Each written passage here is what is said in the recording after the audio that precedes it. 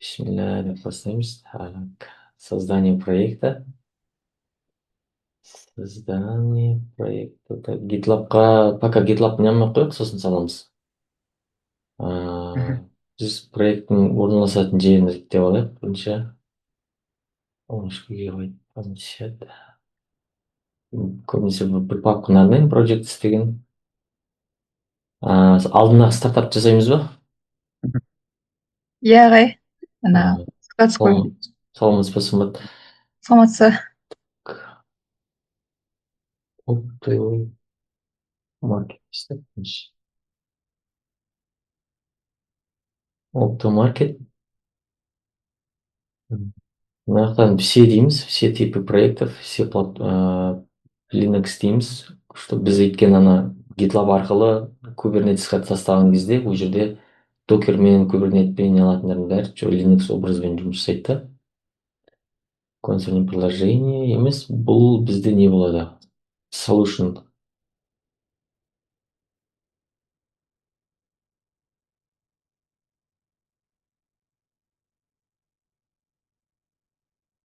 Новое решение дейді. Новое решение деген біз с нуля бір проект жасайтын кезде ол именно бұл вопрос неге байланысты? C#қа байланысты. Мысалы біз мынаны ала берейік, ашып көрейік. Бірінші біз мына жерде тұрған үлкен мына файлды жасаймыз. Решение деп тұр ғой. Сол решение деген файлды жасау үшін осы новое решениені басамыз. Далее имя решения автомаркет. Projects'ің ішінде біз мына жаққа тастайтын болсақ, выбор папки. Оптомаркет болып кетті да. Мынаның ішінде мынау болып кетті. Сондықтан пока что алып тастай саламын. Екі ретіне алып кетпес үшін сол өзінің ішінде бола береді. Все, мына жақтан шықты. Енді осының ішінен біз бір папка ашсақ болады, мынау сияқты қылып. Түсінікті болды ма? Мынандай қылып. Немесе сразу мыналарды ашып кетсе болады. Папкасыз. Ол қалай көрінеді ана жақта? Мынау шықты, мынау solution. Енді ана полкіде киімдерді реттеп қояды ғой. Мысалы, джемперлер бір бөлек, шалбарлар бір бөлек деген сияқты, носкилер бір бөлек дегендей. Вот сол нәрсе болу үшін біз осылай не істеп қоямыз, реттеп қоямыз. Мысалы, мына жақта ITU-дің папканың ішіне API Application Domain Infrastructure деген андай слойлар болады. Бұл слойлар бірден осы жерде тұруы мүмкін да. Соны көп жерлерде, көп проектілерде, Жусан банкте не істеген кезде бірінші CRC деген папка ашады. Source деген сияқты.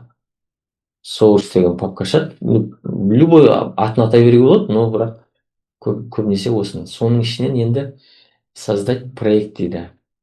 Мынау уже проект бізде. Мына нәрселер. Мынау проекттер, мынау проект. А мынау решение. Иә? Бір неде, жалпы біз жасап жатқан бір проекттің несінде, сол бір решение болады. Сол решениенің астында көптеген проект болуы мүмкін. Түсіндіре алдым ба? Иә. Иә.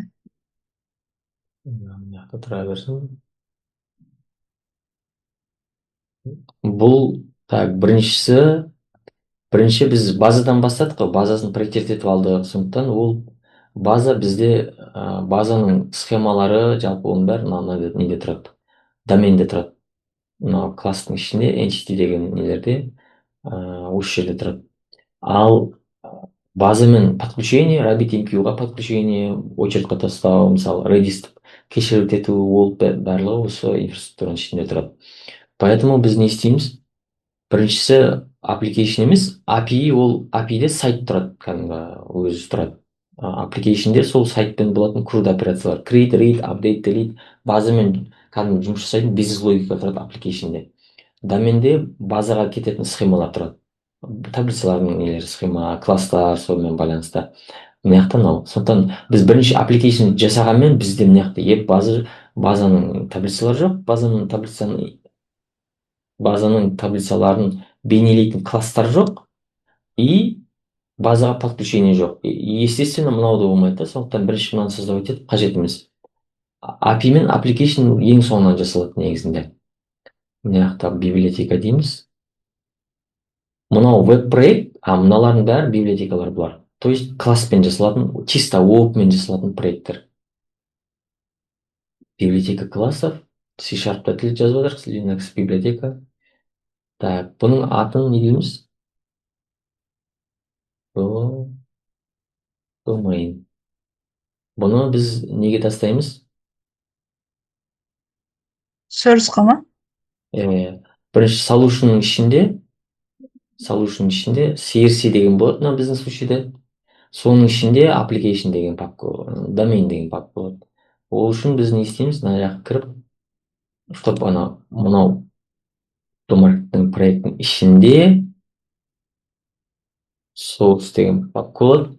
Сол source'ның ішінде уже мынау domain деген папканың ішінде жатады да. Мына нәрсе.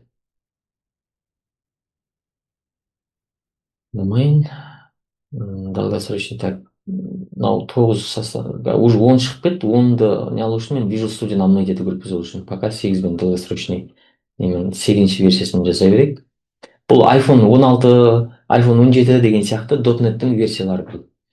Мынау по умолчанию бір класс создавать етіп береді, бұны удалить етіп тастай саламыз, қажет емес. Сосын тағы да добавить проект, создать проект. Соның ішінен біз инфраструктура деп атын көшіріп алдым. Мына жерге тастаймыз. Оны мына папканың ішіне тастаймыз. Сол жерде CRC инфраструктура деп. Мынау көрініп тұр ғой жазу.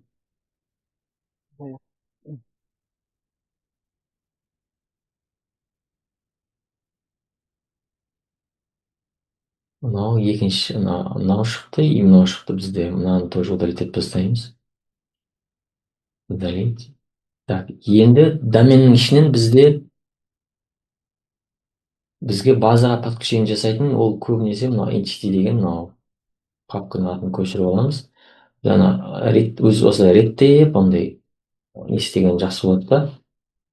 Прямо осының ішінен ашылса да болады, бүкіл файлдардың бәрін. Бұл енді андай жемпір шалбар бәрі араласып жүреді да бірінің ішінде. Сол әрқайсысын жеке полкіге салу үшін осылай папкілердің аттарын беріп, сөйтіп реттеп шығамыз. Entity болады. Сосын enum деген болды ғой бізде, естеріңізде ма? Ағай запись жасадыңыз ба? Жасайықшы. Запись. Қазір көрмейді.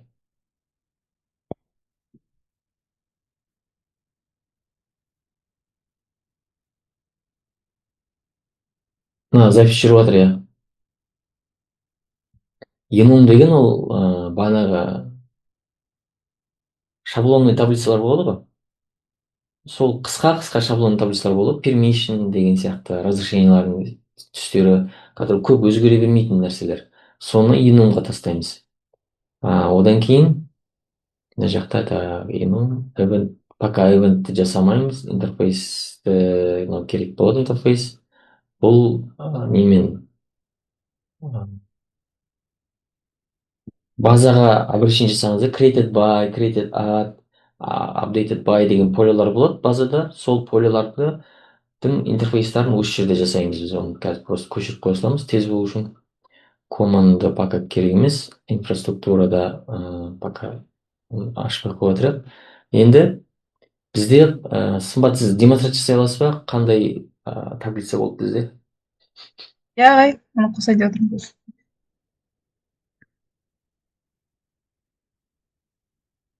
Бізде бірінші пользовательден бастаймыз ба? Әлде Иә. документ, продукты или склад. Users'тан бастаймыз ба? Білеміз ғой. Иә. Бізде users'та бірінші ID, первое имя, второе имя, сосын логин дегенге email жазатын шығармыз ғой, или логин деп андай просто не жазамыз.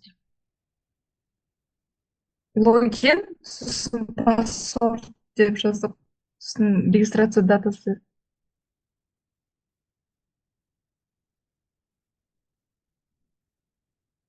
Так. Мынаны былай жақыннан скрин жасаймын ғой. Identity деген нені аштым. Сізде не ма? Ап, Колдонуучуларга сурап койсом боло ма? Сиздер қазір екі экранды көрүп турсуздар ма или кезек көрдүңүздөр ма?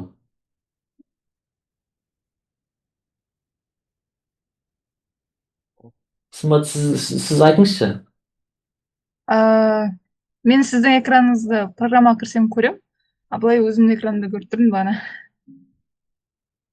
Жоқ, Маған мен көрмейтін шығармын, иә. маған сіздің экраныңыз көрініп тұр, ағай.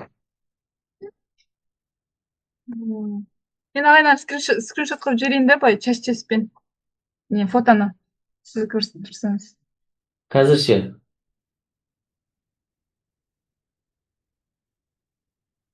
Так, сөйтіп жібересіз ба ондай, WhatsApp-қа жіберсеңіз. Ой, WhatsApp-қа жіберсеңіз. Так, мен мына жақтан entity-дің ішінен identity деген, чтобы ана user, role, permission'дарды осы жаққа тастау үшін identity деген, идентификация деген сияқты сондай бір нені аштық. Класс жасаймыз. Класс, ол класстың аты user, SMS, таблицаны S-мен жасаймыз көпше түрде. Мынау S болады жалпы.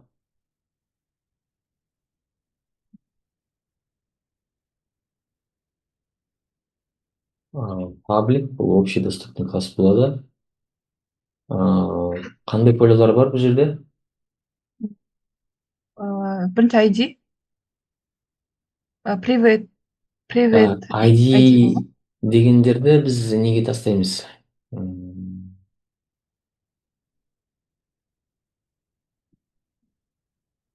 Ондай бар ғой.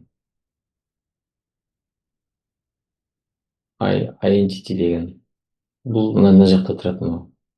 Бізде осыдан entity-ден базовый класстар, мынау емес, мен басқа проектін ашып көрсетейін.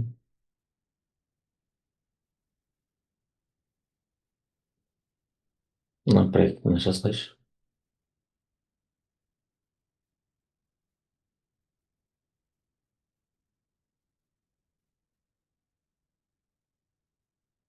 Base entity деген болады. Base entity бізде бұл жерде мынау identity болады. Потом мынау created add дегендер болады. Қашан құрылды, қашан неғып деген секілді. Оттан Дата мен ID керек емес, иә, бұл базовый институт ішіне бір. так, Онда біз last name, first name содан бастаймыз, да? entity-дің ішінен base entity.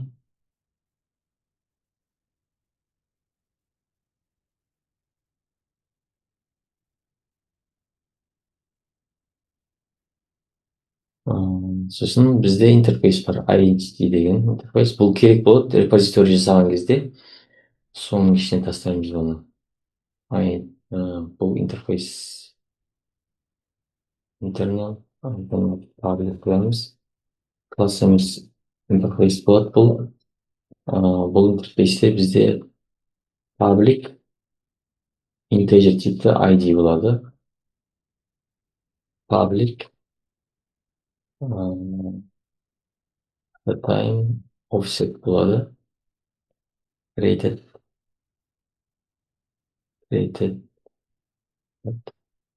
қашан құрылды деген. Осыны удалить и отсортировать директивы десең, мыналар кетіп қалады. Лишний нелерден алып тастаймыз, namespace-тарды. Мынау болады.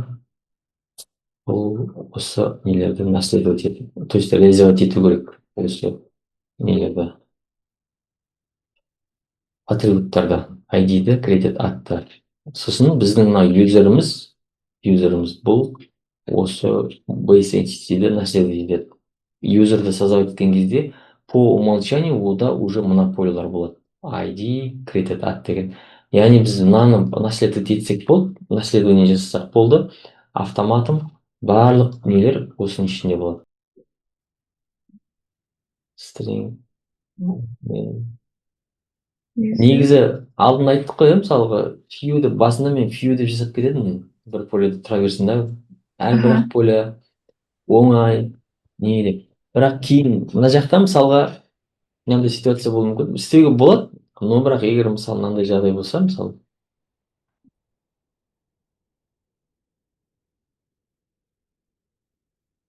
мынандай қылып шығару керек болады ғой аты жөнін.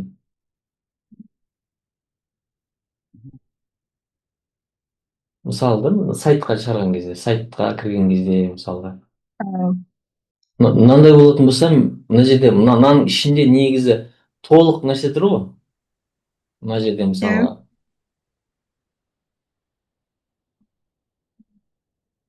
аты, фамилия, аты, тегі тұрады ғой. Иә. Мына жаққа біз не шығару керекпіз? Мысалға Фамилия. Б деп шығару керекпіз ғой мысалға. Мынаның бірінші әрібін, мынаның бірінші әрібін шығаратын болсақ, мына фио бірге жазылған кезде мынандай істеу шамалы қиын болады да. Код жазу керек болады да кәдімгідей. Атын бөлек алып шығып, фамилияны бөлек алып шығып, оны кәдімгідей парс етіп, андай бірінші әріптерін алып, оған нүкте жалғап деген сияқты. Біз фионы всегда андай бөлек алып шығамыз. То есть фионы бөлек жазамыз. Иә, не үшін екені түсінікті ғой? Иә. Name,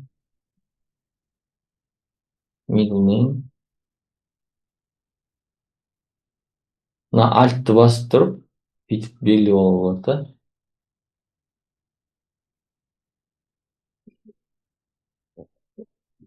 Так, string. Мынау тең нул десек, мынау нул бола алмайды. Обязательно бір мән болу керек деген сияқты. Мынау фамилиясы болмауы мүмкін, болмауы мүмкін мысалға. Сосын тағы қандай не бар? Логин ба? Иә, логин бар. Логин бар, паспорт бар. Паспортты хэш деп аласыз, паспорт хэш деп. Email. Email дейміз ба, логин дейміз ба? Логин. Email екеуі де бола берсе, логин деген андай кірген кезде. Ау? Білмей тұрмын, бәрібір сияқты. Бұл жерде мысалға Email дұрыс шығар, иә. ол телефонмен кіретін болса, телефон болады да. Emailмен кіретін болса, email болады. Email дұрыс қонда. Осы сұрақ белгісін деп айтып едіңіз, мен қолымда жанына сұрақ белгі. Нул болуы мүмкін. Иә, жазылым. Мына қараңызшы. Нарушение правил именования. Эти слова должны начинаться с прописанных символов email деген, иә. Значит, бізде бұл Үлкен әріппен жазамыз, ба? first name.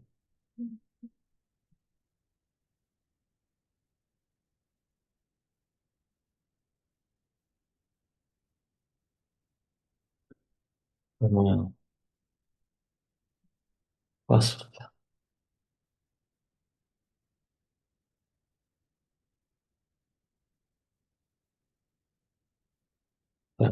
Пока осымен ана бітіре берейік. Сосын роль, иә, бізде. Рөлді бөлек басып болмай. Рольді создавать ететін кезде юзердің нелері, рольдері. Роль.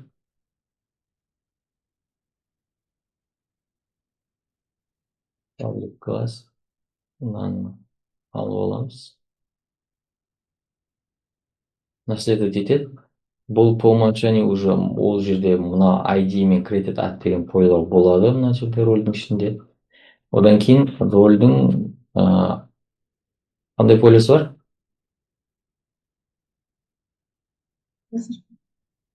ID-ні жазбайтын болсақ. Иә, рольдің аты. Иә? Рольдің аты нул болуы мүмкін ба? Жоқ, болмайды. Иә, нул болмау керек ол. Так, роль. Сосын енді біз не істеу керекпіз? Осы рольмен пользовательді ID арқылы связкасын. Иә. User роль деген тоже связывающий bind қой негізі. User роль bind па, user роль bind десек болады негізі, да?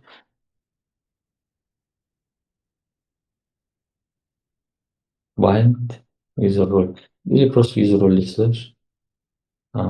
Public. Бұл бізде тоже мынаны нәрсені тетеді.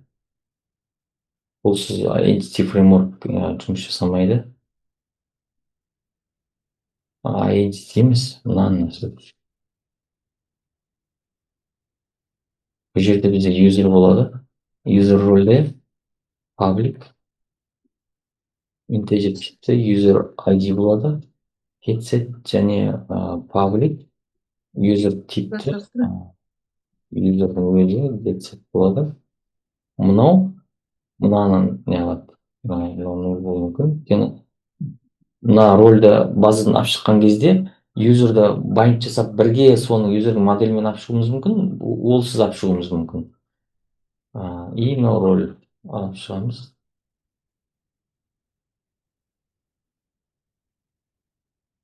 Int role ID public role етсе, мынау нөл болуы мүмкін. Енді біз юзер мен рөлдерді қазір байладық, иә? Мына жақтан осылардың өзін базаға подключение жасап көрейік. Бізге мына контекст деген класстың ішінен. Так, и контекст деген не тастаймыз? Папка тастаймыз. Бұның ішінде бізде мынандай класстар болады. Бұл контекст, бұл базаға подключение жасайтын класс.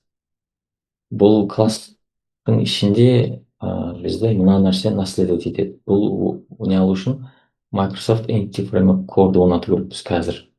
Одан бөлек Data Access Layer деген болады. Бұны мен негізі мынаны бөлек тастайтын бұрынғы проекттерде. Мынау таблицаларға не жасайды? Конфигурация жасайды. Мынау таблицада оның полясы мынандай деген секілді. First name ол F name, мынандай аттарын беріп шығамыз да. Сондай нәрселерді біз Data Access Layer, Model Builder, Configuration, бәрісі контекстқа байланысты болғаннан кейін, осыны ішін тастасақ, мына интерфейстің іші шамалы не болып тұрады? Жинақ болып тұрады. Migration-ды тастай саламыз. Migration ол кәдімгі SQL скриптер, create table деген нәрселер. Бұл уже базаға кетеді, чисто. Сол нәрселер. Одан кейін extension, repository деген бар бізде. Repository бұл уже базовый класс, ол өте керек. Бүкіл неге обращение осы не арқылы жүреді, репозиторийдің класс арқылы жүреді.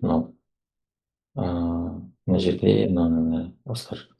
Так, мына жақтан қандай библиотекалар орнатылды? Microsoft Entity Framework Core Tools'пен бірге кетеді, осы екеуін. Біздің .NET-тің версиясы қандай еді? Пакетінің бет. 8 бар.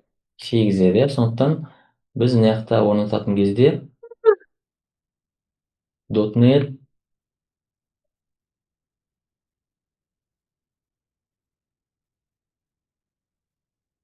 мынау кәдімгі не сияқты ғой, App Store сияқты ғой.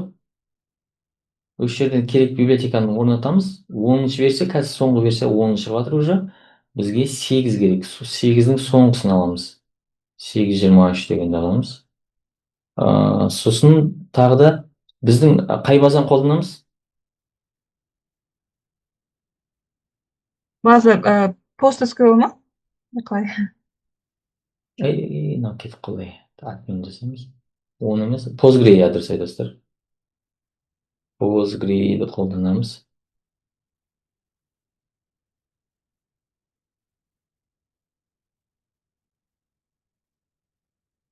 Postgre'ді қолдану үшін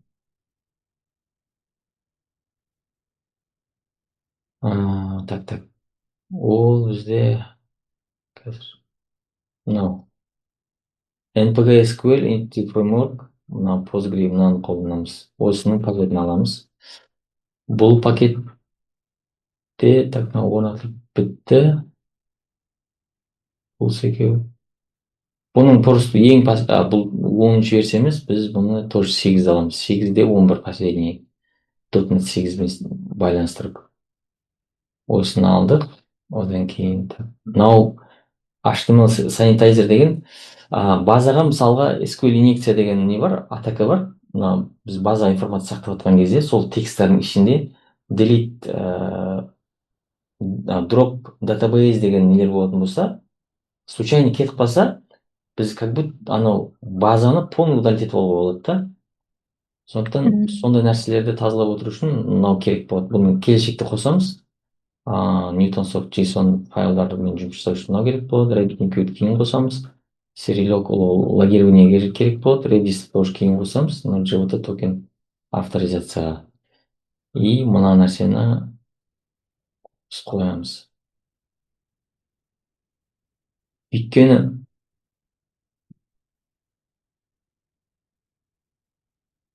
енді сұрақ, мына нәрсе біздің мына домендегі проектіні қосады. Өйткені бұл жақта бізде мынандай роль, юзер деген базада сақталатын класстар бар. Ол базалармен нені мына жақта жасаймыз. Мына жақта подключение жасаймыз.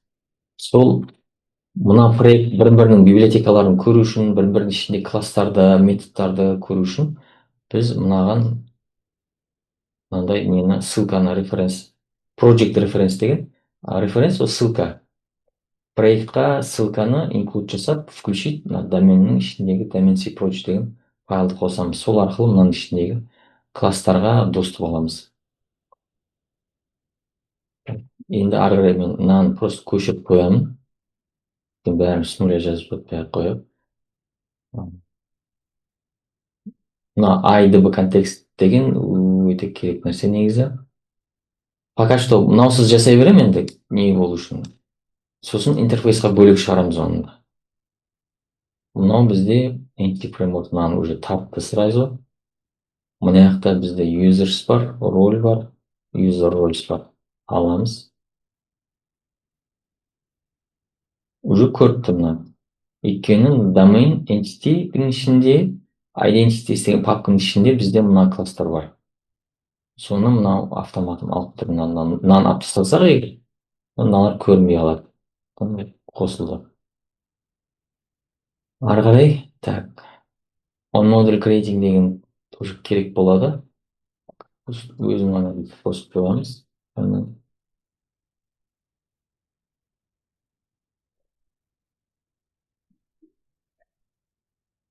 И мына DI-ді мынаны да қосамыз. Бұл осы класстың несін жасау үшін.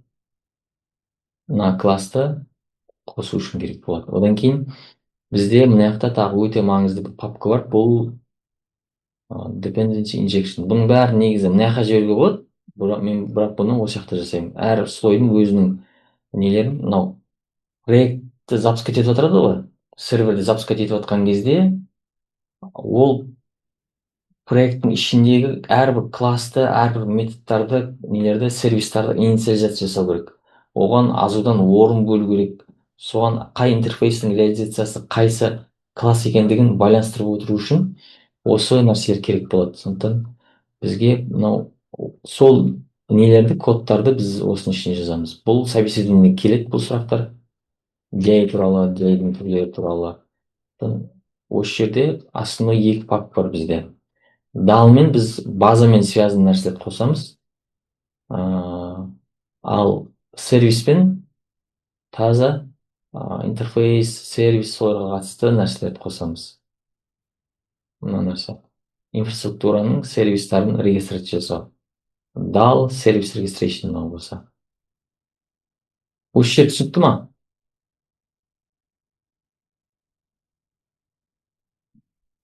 Мұхамеджан, Сымбат. Бұл жерде андай сонда не жазылады ғой? Ана SQL инъекцияға қарсы жазбайды. Бұл SQL инъекция емес.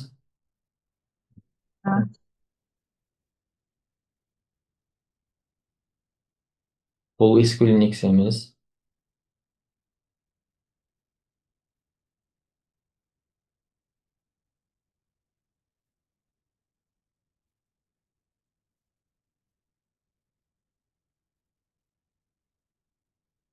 Мынау жұмыс істеу үшін бір библиотека орнату керек болады. Abstraction деген. Бұның аты бізде мынау.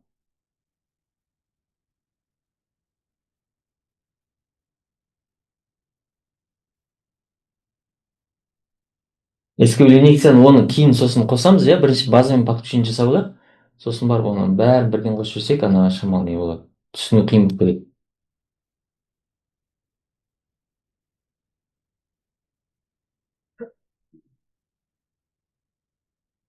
Using Microsoft Extension қосып кекті мынау return жасау керек, не нәрсені, return мына жақта сервис деген бар.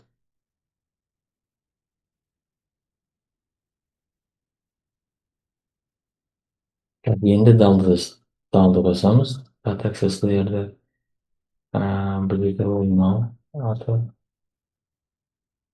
ол мынау подключить етеміз бұл жерде. Бұл просто шамалы енді түсініксіз болып жатыр ма? Иә. Енді түсініксіз болады, өйткені бұны просто тупо жатталу керек бұларды ше. Өйткені бұл барлық сол .NET-тің проекттерінде бұл стандартын орындалады. Сосын метаниктің именно .NET-қа байланысты сайттары бар. Сол жерде бұл жазылып. Проект жұмыс жасау үшін ол жерде біз қазір мысалы мына создавать етіп отырмық қой. Дұрыс па? Мына мен класспен ертең мына не жақта жұмыс жасаймыз бұлармен біз. Application қойда, CQRS-те, мысалға юзердің get list'те, мысалы сол нені шақырамыз. Мына жақта мынаны шақырамыз DB контекст. Мен интерфейс қойып қойдым. Интерфейссіз прямой өзіне шақыруға болады, по идее, негізі. Сөйтіп мына жақта солармен базадағы юзерстарды queryable жасап, соның ішіне where мынандай болса, ID мынаға тең болса деп осылай фильтровать етеміз мысалы, иә. Сөйтіп жұмыс жасап, нәтижені entity-ға айналдырып, сөйтіп оны баттер DTO классқа айналдырып, сөйтіп соны қайтарып береміз ответті, дұрыс па? Біз қазір мұнда базамен дағы информацияны шығарып беріп жатырмық. Енді ол шығарып беру жұмыс жасау үшін біріншіден ең бірінші мына класстың өзі істеліну керек, мыналары қосылу керек, дұрыс па? Қайта білсе екендігі. Екінші мәселе, екінші маңызды мәселе бұл осы мына класстың өзін қай базаға подключить ететініміз жазылған жоқ. Дұрыс па?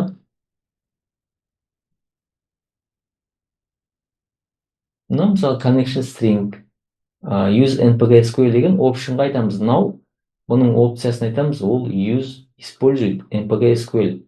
npk деген бұл не? PostgreSQL қолданады деген сөз. Мына жерде мысалы MS SQL сервер тұру мүмкін, немесе Oracle тұру мүмкін, если біздің базамыз Oracle болатын болса. Сосын оған connection string керек қой, қай серверде жатыр, қай базаға, қай пользователь болып қосылады, пароль қандай болып қосылады деген сияқты. Дұрыс па, дұрыс емес па? Емес.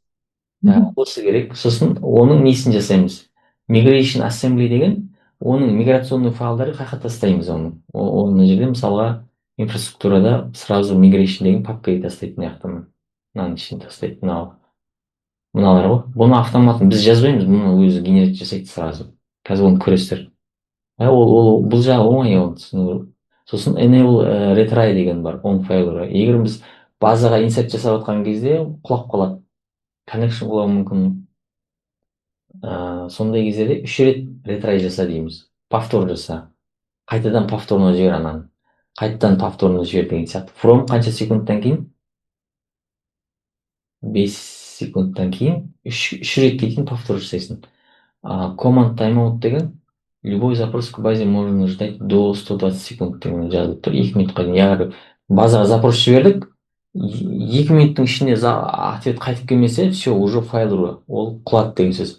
Қайтадан мынау бойынша қайтадан тағы да екіншісін жібереді, 2 минут күтеді, файл болады, тағы жібереді, 2 минут күтеді, файл болады.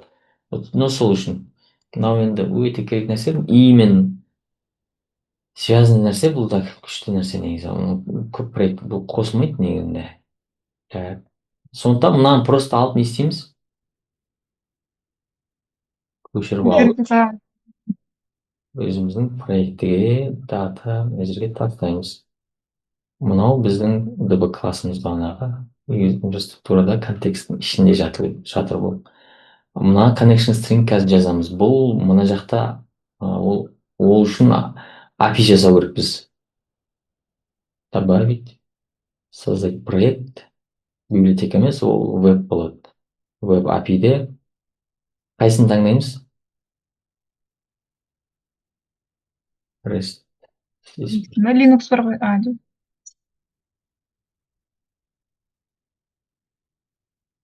Біріншісі ғой. API'ді қосамыз осы веб API'ді ISP.NET Core'да.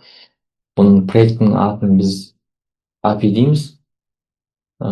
Сосын бұл мына жақта жатады. Далее. Так, настроить HTTPS true бола берсін. Проверка подлинности пока керек емес. Өзіміз жасаймыз оны проверка. Токенмен не жасау?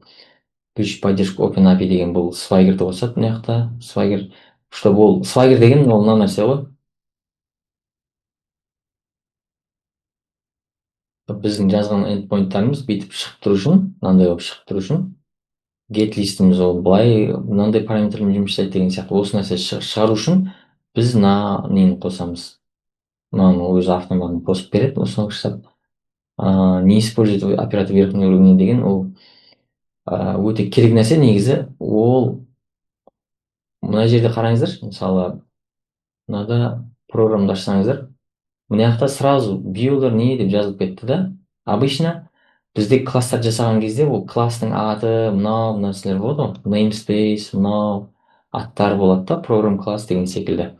Ол соны жазбай ақ сразу осылай жазып кеткен ыңғайлы болады. Сол үшін мынаны қосады, не использует оператор верхнего уровня деген.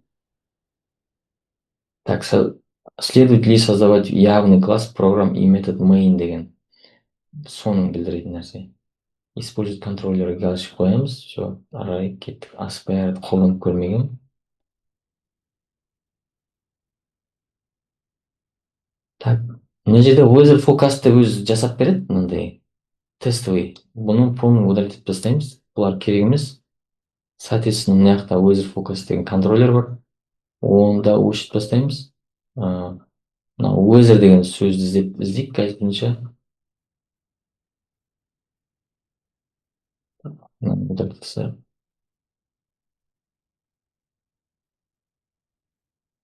Мынау main деп тұр ғой, мынау бүйтіп API деп. Мынандай ақ. Вот осы жерден мыналарды өшіріп тастауға болады да. Басқа программада өшірсеңіздер, ол ошибка болатын нәрсе.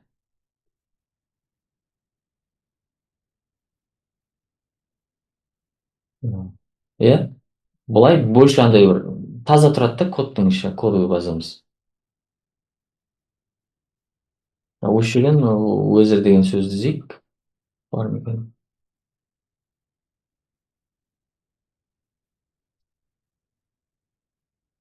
Өшіріп тастасамыз.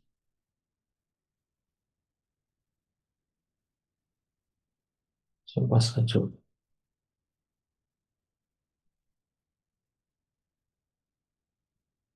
Так, енді біз DB connection'ымыз ол негізі мына жақта жазылады. Мына нәрсенің ішінде жазылады.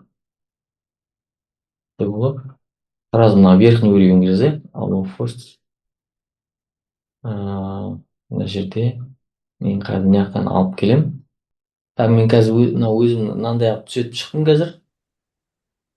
Мынау connection string'ді алып, мына жерге қоямыз осыны. Connection str db деген.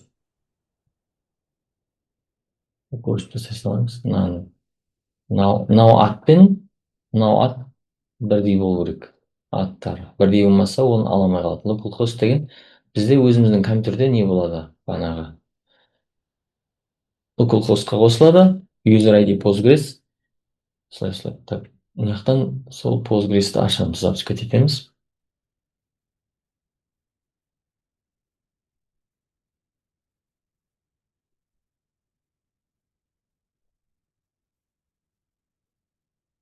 Сол базаға қазір қосыламыз. Так, мына Samsung деген бір кісі қосып жатыр екен. Микрофон қосып, өзіңіз таныстыра аласыз ба?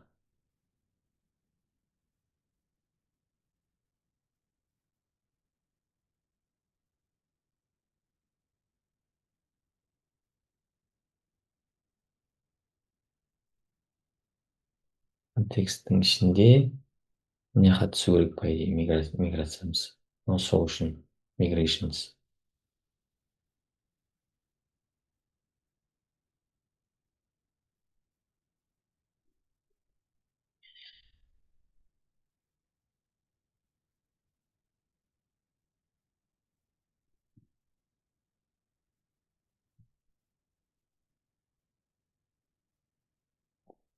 Так, рутқа кірдік.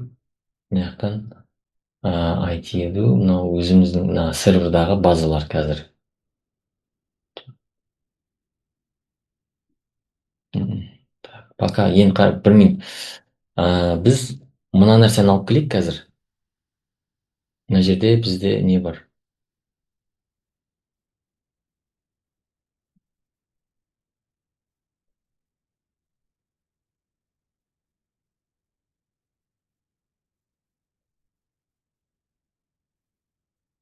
Мына жақта мынау readme деген файл бар. Мен осы readmeға мына миграционный скрипттарды көшіріп қойғанмын. Соны не аламыз қазір. Добавить, создать элемент, текстовый файл,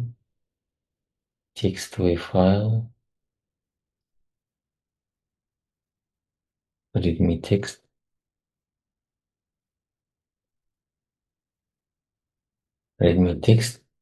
аттырды initial migration деген, initial деген инициализированный, то есть бірінші миграция деген мағынада ғой.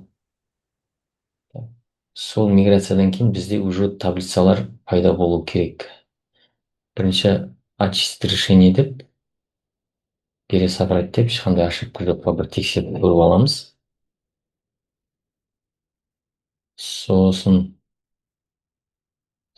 средствоның ішінде диспетчер пакетов нугеттің ішінде консоль диспетчер пакетов деген бар.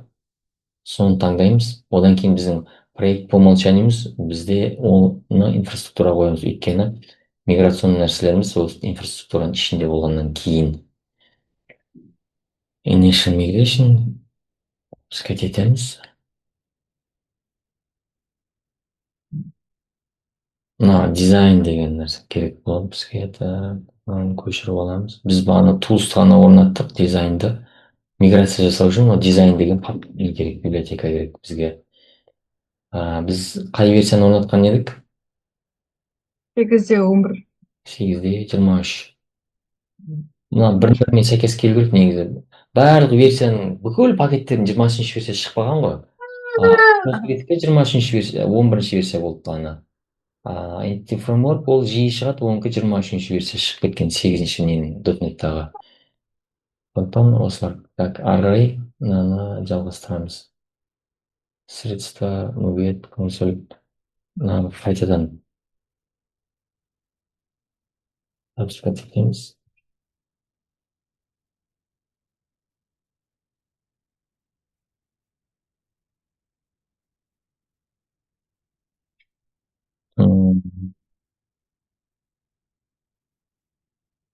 Мынаны да ұмытып деп жатыр ғой.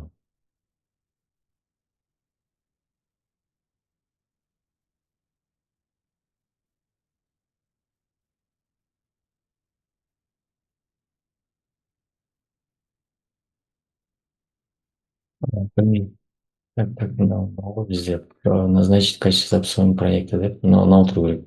Мынау болу керек. Осының ішінде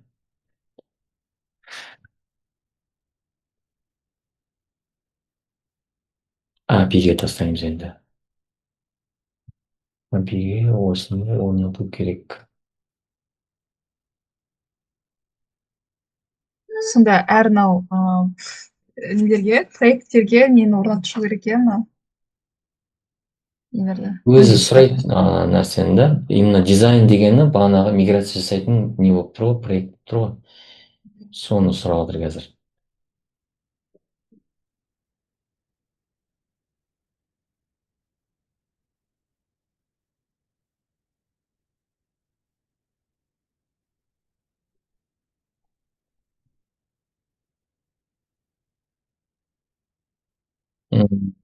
Қазір бір минут мынау есікті ұрып жатыр, мен ашып келейін.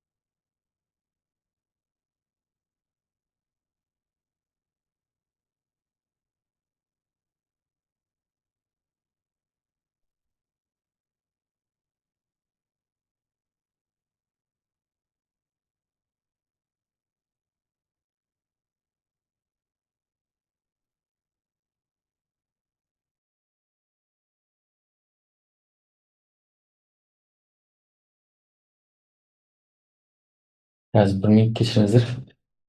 Так, мынау cannot load assembly infrastructure object projectқа мына нені подключение жасап шығайық қазір. Мына жақта програмға мына жақта мына нені қосамыз. Инфраструктураға подключение жасаймыз да оны мына біздің мына нелеріміз қазір мына дал класстарымызға мынау именно мына жақтан шақырылу керек. Ол үшін мына жерде программда мынандай не бар, мына код жазылады. Мынау жазылады. Builder сервис add инфраструктура дал сервис. Мынау жазылады.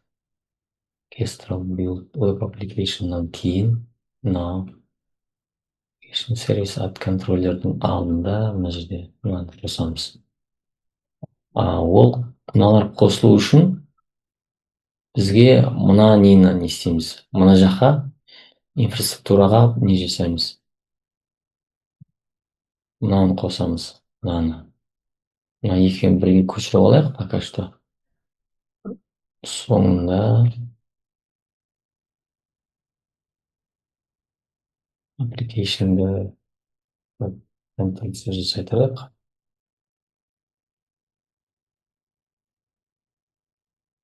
Бұл бізде мына жақтан алынып тұр.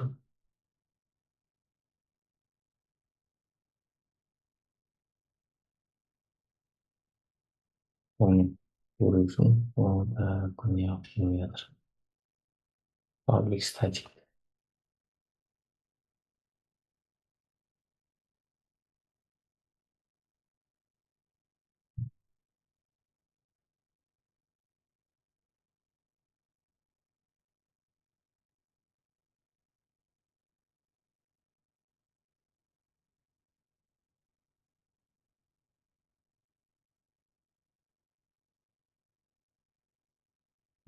Бұған usingға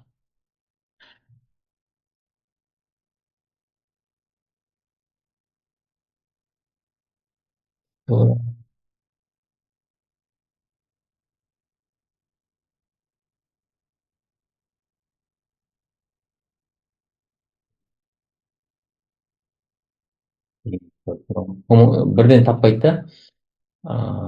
Шамалы ана несі бас жетпей қалады да кейбір кезде. Көп жағдайда негізі автоматтың өзі табатын нәрсені да. Соны қолмен жазып жібереміз. Стильді бір пересобрать етіп жіберейік. Ағай бізге енді сөйтіп жаза алдыңыз ғой. Басынан бізге сөйтіп бір айтып шығыңызшы. Ау? Біз андай көзіміз жүгіріп кетті меніңше. Андай Иә. ұқпай қалған сияқтымын кішкене көзі тәп-тәуір. Сіз бүйттіңіз иә программистің ішіне. Мына бағанағы біздің екі dependency injection ішіндегі екі класстың методтарын қосатын сияқты, сондай сол методтар. Негізі бұрынғы проекттерді ашып қарайтын болсақ бар ғой. Менде мына add db context деген копировать етіп алдым қазір мен мысалы мен бұрынғы нелерімді қазір көрсетемін мына жақтан. Бұның старый версиясында. Мына жерде мынау тұр қазір. Мынаның ішінде жазылып тұр да, көрдіңіздер ма? Мынаның бүкілін алып келіп, мына жақтан прямой мынандай нәрселер жасамасақ та болады да, мынаны өшіріп тастауға да болады да, удалить етіп. Сөйтіп, бәрін осы жақтан жасай беруге болады мына жақтан. Бірақ ол кезде мына жерде мынандай нәрсе тұрады да. Мынандай нәрсе тұрады. Түсіндіре алдым ба? Иә. Мынандай болып тұрады. Бөлек файлда тұрған дұрыс негізі иә сонда қазіргі решением. Реттеліп тұрады да. Біз сол үшін не аламыз, бөліп әр application слоудыкін өзінде сақтаймыз, инфраструктураныкін өзінде сақтаймыз. Просто соның основной методтарын, как метод ретінде мына жақтан шақыра саламыз программның ішінен. Сол кезде программамыз шамалы іші таза тұрады. Былайша бәріне сақтай берсек, ол кезде мынау 500-600 строка код болып кетеді мынаның іші. Сол мынаны таза сақтау үшін, шамалы читабельный болу үшін, мынаны ашқан кезде қай жерде не кірістіріп тұрғанын резко көре білу үшін Сол мақсатта осылай бөлек жасаймыз. Мына жақтан қостық қой енді. Соны просто мынаны вызывать ете саламыз да, мына жерден. Түсіндіре алдым ба? Иә? жерден қосыңыз. Тауып жүріңізші. Ең бірінші біз юзер создавать етеміз. Поэтапность принципі. Поэтапность принципі бойынша біз бірінші юзер класстарды создавать етіп алдық, оның мыналарын. Бірақ біз мынандай нәрсені қаламадық. Каждый классқа негізі мынаны шақырмай-ақ, мынаны тастап бүйтіп жазып шығуға болады ғой.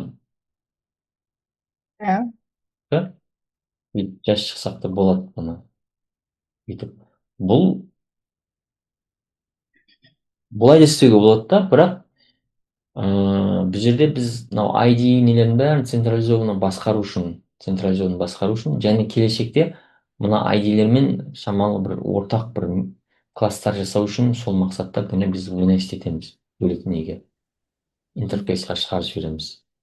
Сосын оны да андай қылып шығарып жібердік. Хотя мынауда екеуінен бір структура шығады, бір юзер шығады. ID бар, created ad бар, first name, last name бәрі бір не бар. Сондай метод шығады. Сондықтан оны не істейміз? Бөлек алып шығамыз. Сосын мынандай db контекст деген базаға обращение жасайтын, базамен общение жасайтын класс жасаймыз. Иә? Ол класс базамен обращение жасау барысында осындай таблицалармен не алады? Связь жасайды. Мына жерде үш таблица ма, үш класс, үш таблица ма, все, уже басқа таблицамен жұмыс жасай алмайды мына класс. Оның методы ретінде users деген метод бар. Сол арқылы where деп, first all default деп, уже select жасауға болады, оған update деп, обновление жасауға болады, запистерін remove деп удалить етсек болады, уже мынау шыққан не, оны уже болашақта көрсетсем бұйырса. Сондықтан мынау сол нәрсе. Енді бұған не жетіспейді? Не жетіспейді? База любой запрос қабылдай бере ма? Жоқ. Бұл, например, анаған қандай таблица атымен бірге сызылуы керек. Оған мынау керек. Бұны біз мынаны бөлек жазып, өйткені дебаш еткен кезде қандай connection string алып тұр, вообще connection string оқып тұр ма, соны білу үшін мынаны бөлек перемене алып шықтық. Негізінде бұны бүйтсек те болады негізі. Сразу мына жерге қойып жіберсек те болады, мынаны алып тастасақ та болады. Бүйтіп та. Бірақ мына кезде біз шамалы connection stringді оқу қиындау болып қалады. Поэтому бұны бөлек жазамыз өстіп.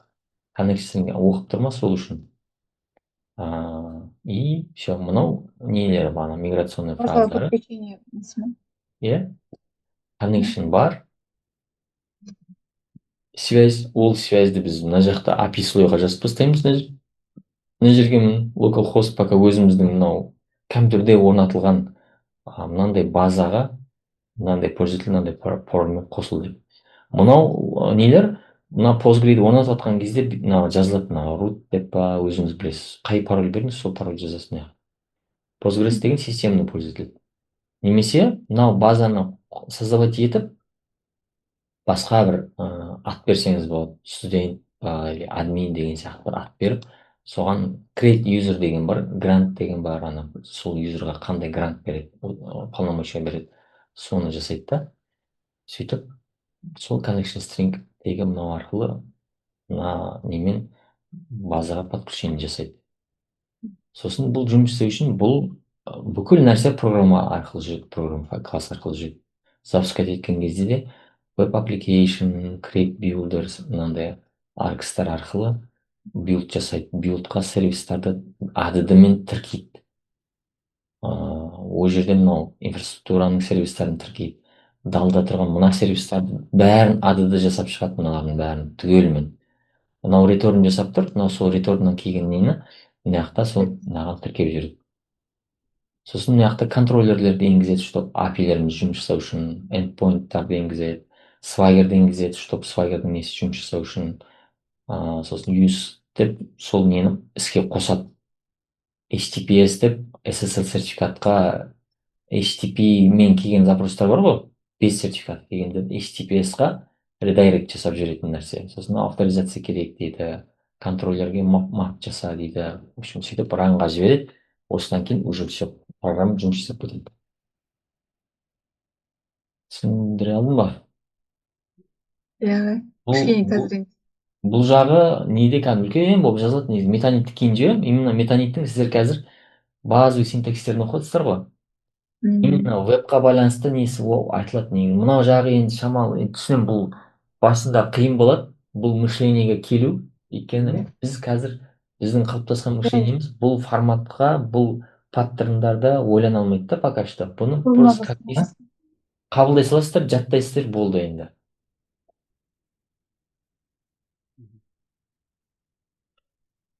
Иә, түсіндіре алдым ба?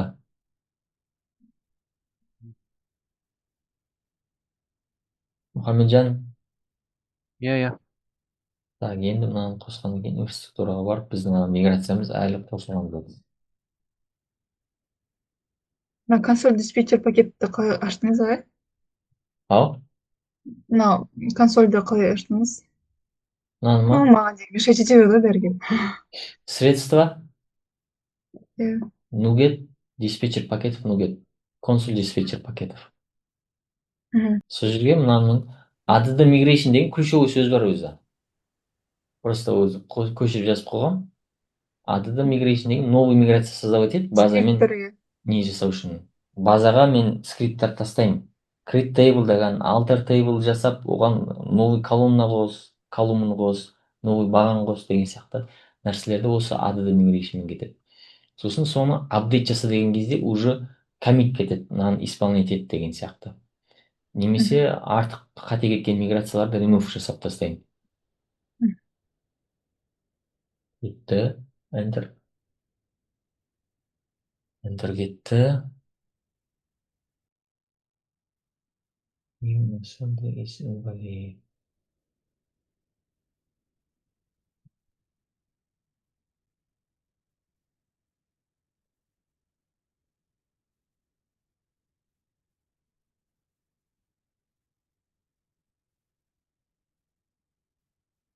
Мынаған не қылып тұр ғой, файл name мына нәрсеге. Мен ойлағанмын негізі миграцияны мынаның ішіне тастаймыз ба деп та. Бүйтіп көрейікші, бұл қабылдамайды екен. Ете саламыз онда. Мынаны алып тастаймыз. Бұл не қалды екен?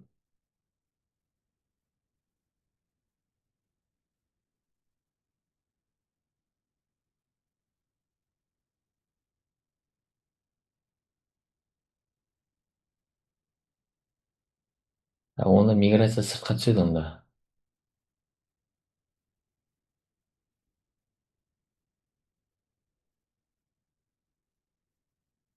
Мынау кетті.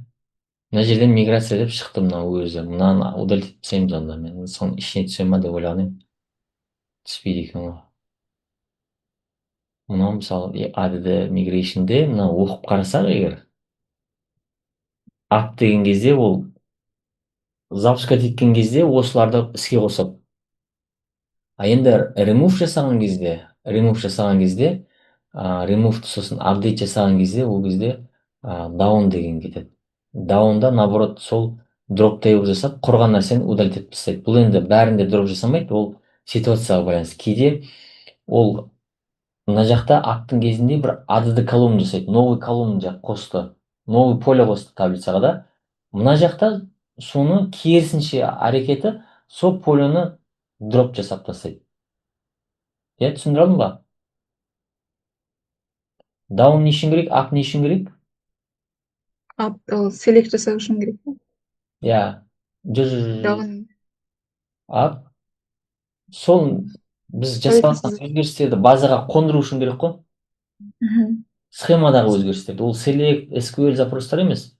Remove запростар, мысалға таблицадан записьті удалить ету, таблицаға записьтерді өзгерту, таблицада записьтерді insert жасау, select жасау, бұл кірмейді.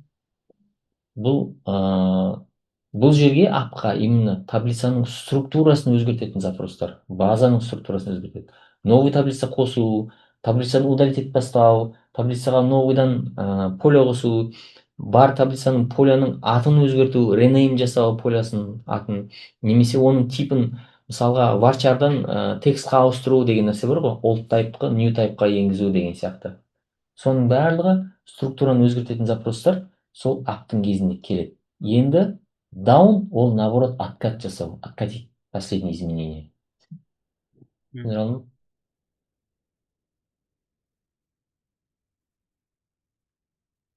Түсінікті болды ма? иә.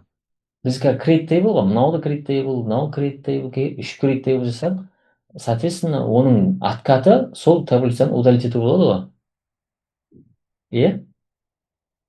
Мгм. Так, мынау роль деген таблицаны create table, name, роль. Мысалы, біздің бірақ таблицада роліміз мынандай ғой. Иә? Аты мынау үлкен әріп болып кетті мына жерде. Оны мынандай қылып жасағымыз келді негізі. Дұрыс па? Сондықтан не істейміз? Апдейт жасап қондырып тастамай, оны remove жасап удалить етіп тастайық, мынау жоғалып кетеді қазір мына жерден. Аты дұрыс болмадыр, ол басқа бір неге қосылып жатыр ше, базаға. Мына жерде бізде 2-3 база тұр да. 2-3 Postgres'дің 17-ші версиясы тұр, 18-ші версиясы тұр. Мынау серверға қосылатын. Так, 17-ні алып тастасақ. Мынау 17-ге қосылып тұр ғой онда по умолчанию. Аға, бізге, например, сіздің мынау неңіздегі локал, сіздің неңіздегі таблицаларға жазылып тұр ғой. И біз мына жерге осы апсеттингске өзіміздікін жазамыз, иә, мына жерге. Бірақ localhost десе ол біздікі localhost деп ойлап қалады ма екен? Или қалай? Иә. Ол сіз Postgre орнатасыздар ғой компьютерге. Иә, Postgre орнатамыз. Біз общий үшеуміз бір Postgre'дің ішінде боламыз, сонда бір база данлықтың. Иә. Или тек сіздікіне жазатын ау, иә? Сонда сіздің компьютеріңіздегі таблица қарса ма? Жоқ, мынау localhost басқа компьютерге қосыла алмайды. Өзіңіздің компьютеріңізде база болады, соған қосыласыз. Сол дискісінде PostgreSQL.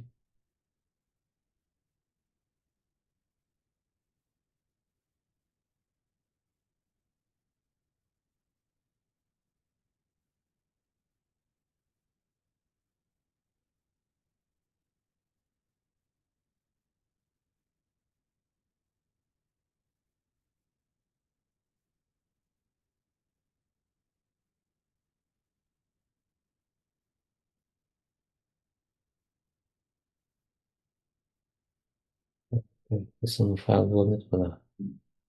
Ішіне қойды.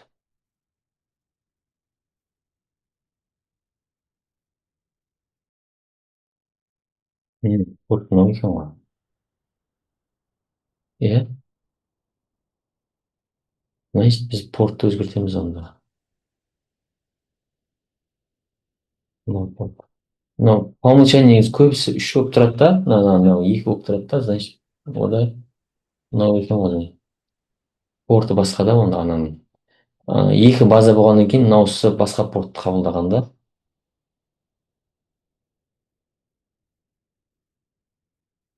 Удалить етілді. И мынау папка кетіп қалды, көрдіңіздер ма? Миграционный файл менің папкасы көшіп кетті. Сосын бізге не қосамыз енді? Не қосамыз?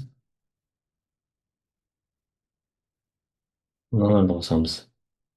User configuration деген нені қосамыз.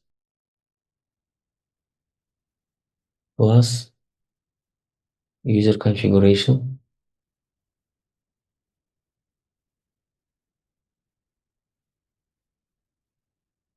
Public class, no identity type configuration, no сол қайсы класс екен соны көрсетеміз мына жерде.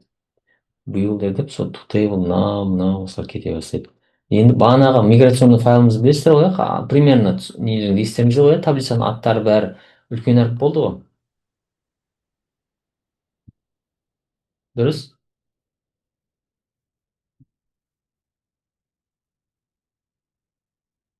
Email.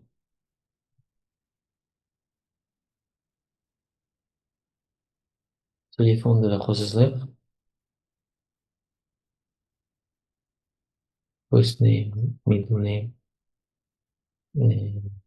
Мынау жоқ, иә? Last name жоқ, дұрыс па?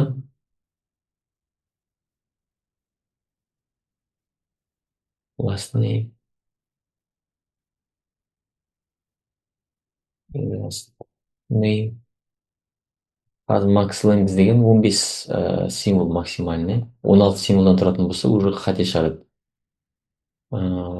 Так, email, password, hash. Security код керек па, керек емес па?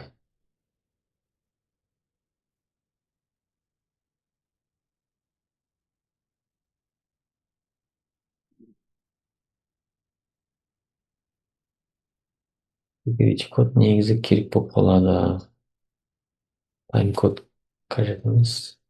Is активті алып тастаймыз. Created at деген created at болады. ID ол мынау ID. Так, мынау бізде не болады? Email уникальный болады, иә? То есть екі бірдей emailмен екі запись бола алмайды. Екі бірдей телефонмен запись бола алмайды тоже. Мынаны біз басында мен мына паспортты хешерт ететін, өйткені SQL-ға түсетін ол. Қазір уже оны хешерт етпейміз. Email, телефон, first name, last name, middle name қажет емес. Индексерт ету мыналарда телефон мен email бойынша поиск жасалады, сондықтан сол нелерді уникальный индекс жасап қоямыз. Мынаны өшіріп төртке саламыз.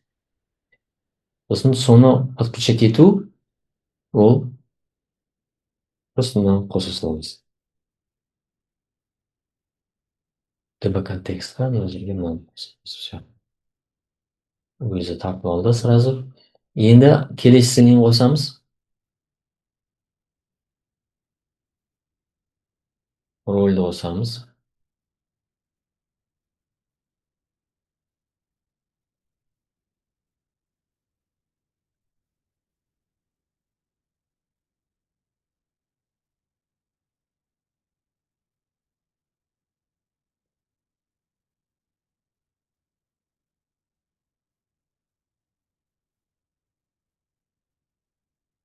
Бұл жерде уже класс, мына жерде роль деген класс түседі. Мынау generic-пен жасалған мына метод.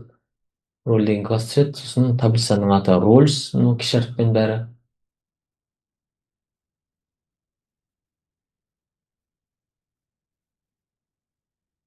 Так, бұны да сол мына жақтан. Так, мынаған керек емес уже. Мына жерден қосамыз. Мынаны Ctrl-D мен дубликат етеміз. Ctrl-D осылай дубликат ете беруге болады. Сосын мынаның атын мына жаққа переставить ете саламыз. Иә, уже мына жаққа ссылка түседі. Мынау бір ссылка, мынау сол түсті мына жақта. Сосын тағы не бар бізде? User рөлі бар, иә? Permission бар. User рөлі бар ғой, үшінші таблицамыз.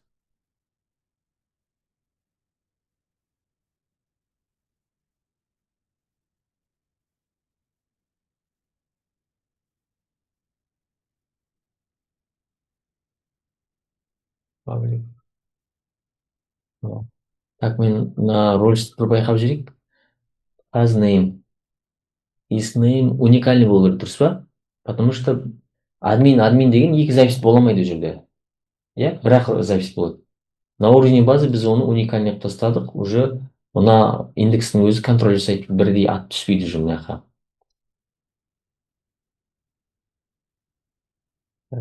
Дұрыс. Мынаны тоже мына жақтан жасаймыз. Сосын индекс user ID бойынша, роль бойынша. Так, мына жақта индекс кетті, мыналарды. Мынау составной индекс деген мынау. Аз индекс. Мынандай, мынау составной. То есть екі поле бойынша индексерт етеді бірден. Оны өшіріп тастай саламыз. User ID-міз, user ID, роль ID, мынау create ат. Мынау таблицамыз мынандай, иә? И артықтарын өшіріп тастаймыз.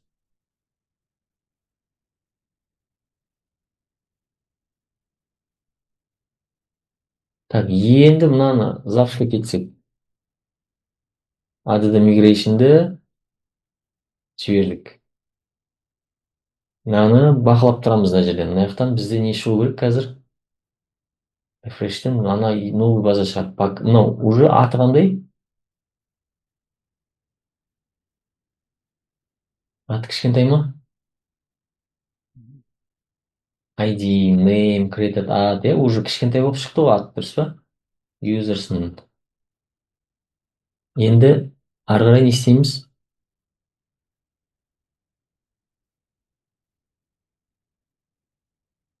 Мына жақтан ашып, мынаны жанынан қойып қойып,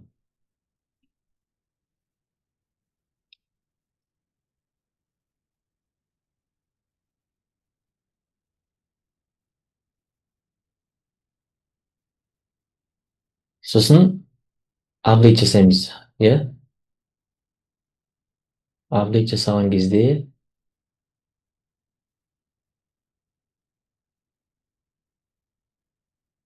уже мынау шықты, identity деп шықты мынау. Иә? Өзі. Біз база құрдық па?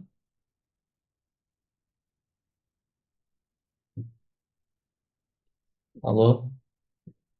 Иә. Базаны құрдық, бірақ через не арқылы құрдық? C# жасадық, иә?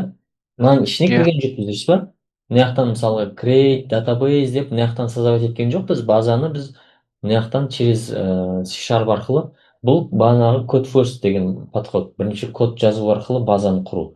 Немесе data first деген, когда біз бірінші датаны құрып аламыз, сол датаға мына жақтан подключение жасаймыз. Ол data first болады бізде. Бұл вопрос тоже нелерде болады, совещаниеда.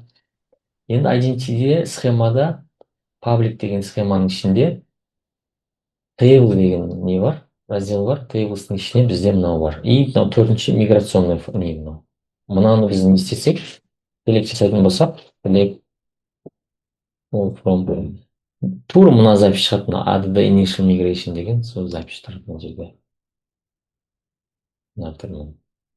Иә? Product version 8.0.23 деген ол ана бағанағы библиотекамыздың версиясы мынау. Сол. Осы арқылы мына жақта тұрған ненің қайсысы миграциясы қонды, қайсысы қонбады, соны отслеживать етеді өзі автоматом библиотека. Бұл сол үшін жасалған таблица. Бізге керектісі мына таблицалар. Иә. Сұрақ бар ма? Сұрақ жоқ, енді қайталап жасап көру керек еді. Видеоға қарап. Мынау көлеміздің атын бәрі бірдей болып шықты ма? Иә, аяқта кішкентай әріппен жазғандарым шығып тұр. Created ad тоже бар, иә, мына жақта. Дұрыс? Иә. Мынау тура сол біздің бағанағы мына жақтағы көрсеткен, мына жақта контекстте мына бұл users деген. Тура сол. To table users'ның тұр, user деген таблица мына. ID дегеніміз ол неге қарайды? Мынау ID-иміз.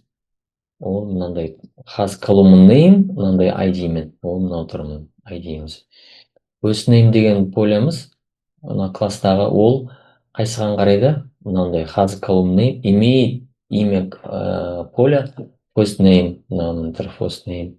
Оның максимальный несі 15. Мысалы, мынаның create'ін қарайтын болсақ, егер script, create script қарайтын болсақ, бұл жерде тура сол жазып тұрады. First name, character varying 15 деп тұр, иә? Дұрыс па? Телефон тоже 15 символ. Өйткені біз сол мына жерде 15 символ дедік телефон. Email-ға 40 символ дедік мына жақта. Email мен проект символ дедік. Нені көрсеттік соны? Is required password hash деген мысалы мынау. Password hash text collapse text өйткені біз ол жерде не көрсеткен жоқпыз. Has max length дегенді көрсетсек, уже ол character varying болады, типа. Көрсетпесек текст болады.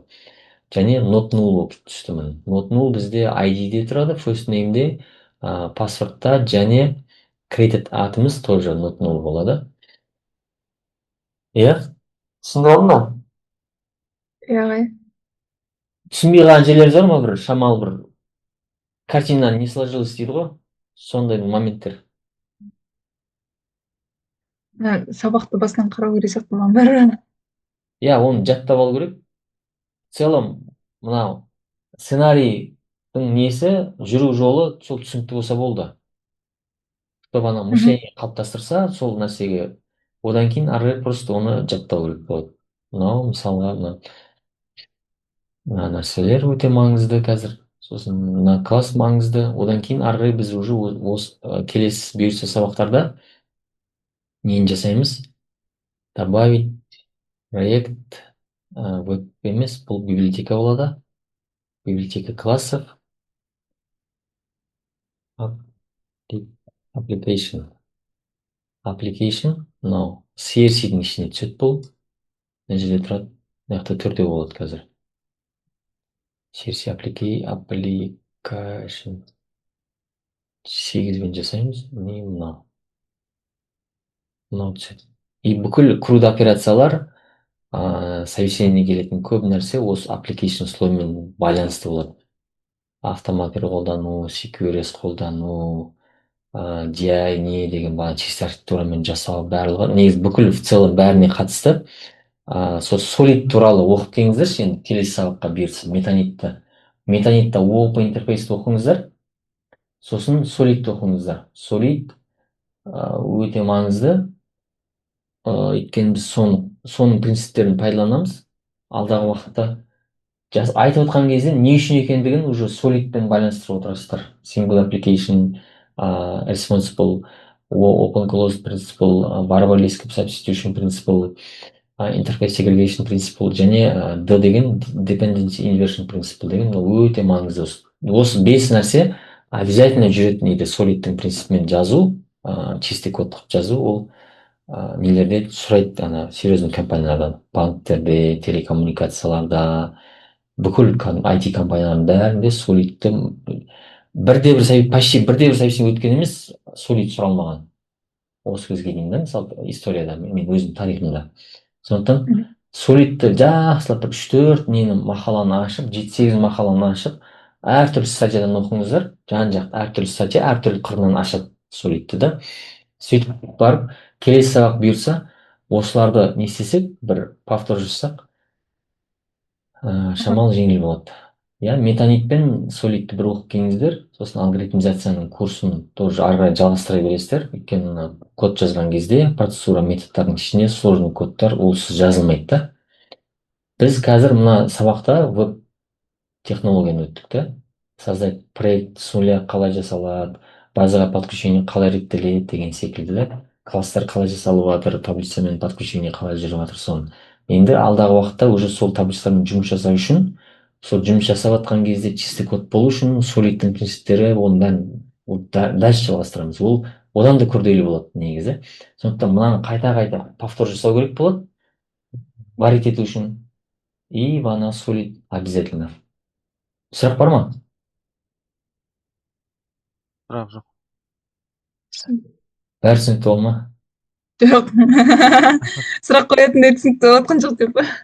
Так, біз 2015-тен 18-ге дейін банкте істеген кезде енді анау бағана объектный мышление ғой, таблица құру деген сияқты связьдар, relation, реляционный базамен.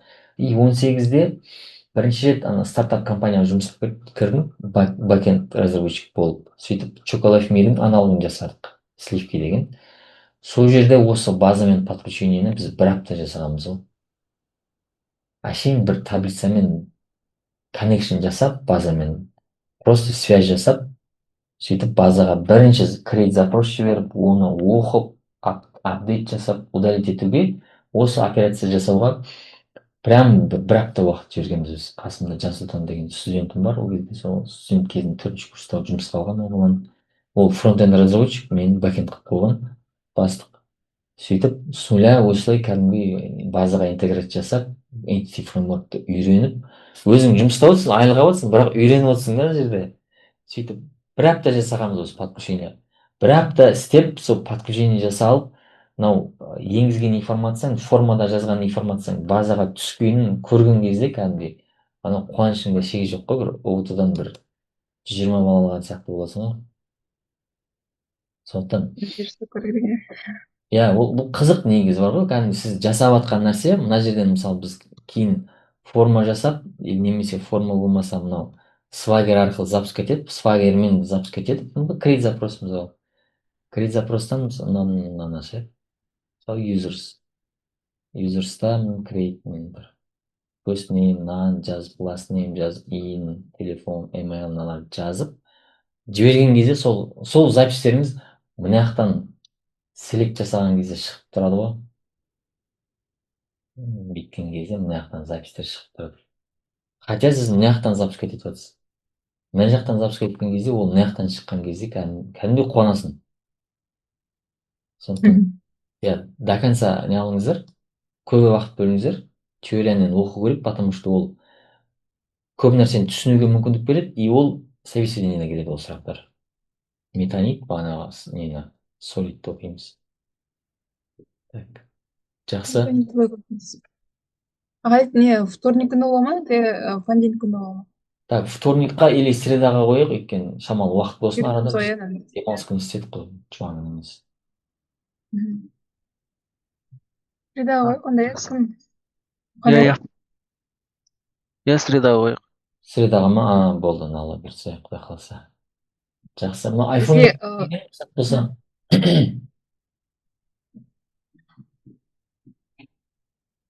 Қосылып жатқан кісі.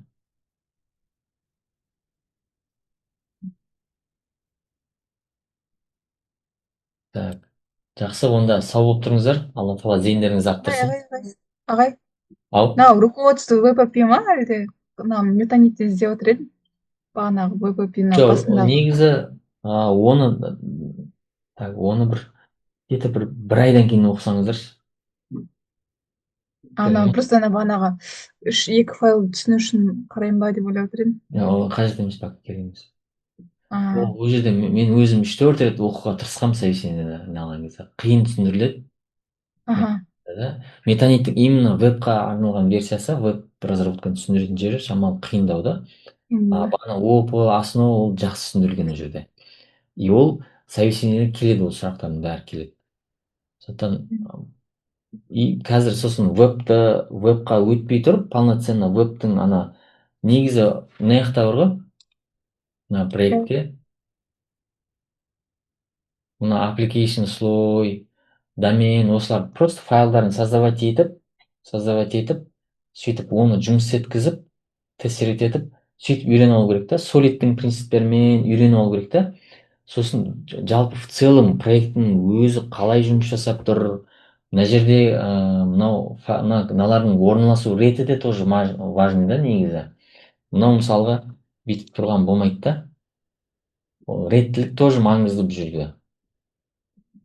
Ол реттілігі қалай болу керек деген нәрсе, оны лучше кейін оқыған дұрыс. Когда мынау үшеуін үйреніп аласыздар ғой, application, домен, инфраструктура бәрін үшеуін үйреніп, солидті, опыны бәрін закрепление жасап, базамен жұмыс жасап, уже бәрін үйреніп алған кезде, сөйтіп барып мынаған кірген сол жақсы болады негізі. Менің ойымша.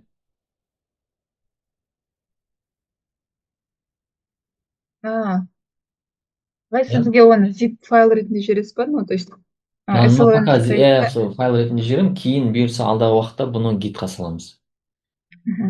Гитті да тоже негізі шамалы кештеу, кейінірек үйреткен дұрыс болатын шығар, өйткені алдағы уақытқа шамалы информацияны азайтайық. Фокусты основной функционалға қойып, основной функционалды меңгергеннен кейін барып, дальше оны бағанадай масштабировать етіп, гитқа салу, CI/CD жасау, бағанағыдай, ол кейін үйренетін нәрселер. Пока бірінші уақытқа ол қатты маңызды емес. Бірінші уақытқа біз сайтты істеткізе аламыз.